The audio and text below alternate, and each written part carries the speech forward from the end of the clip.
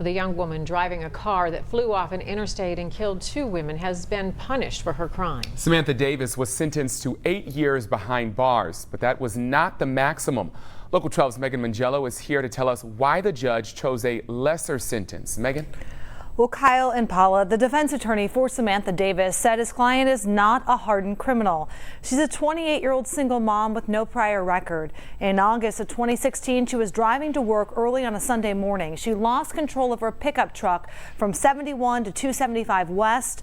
The truck was an old Dodge Ram. It flew over the concrete barrier and dropped, crushing a car with Sandra Tell and her 41-year-old daughter, Sabrina Miller, inside. Miller was graduating from UC that day. Both died. The mother and daughter on their way to a ceremony from Wilmington when their lives were cut short.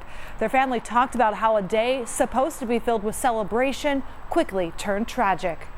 Losing a child in any case is painful.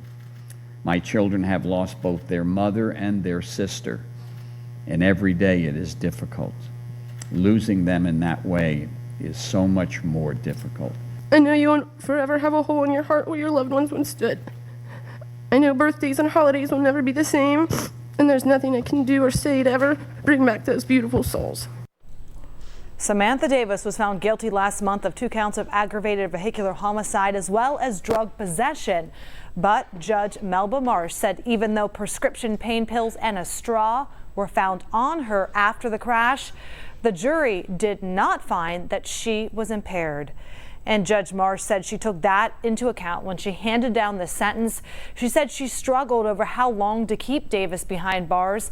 In the end, she chose 8 years. She was facing a maximum of 18. Kyle, back to you. All right, Megan, thank you so much for that update.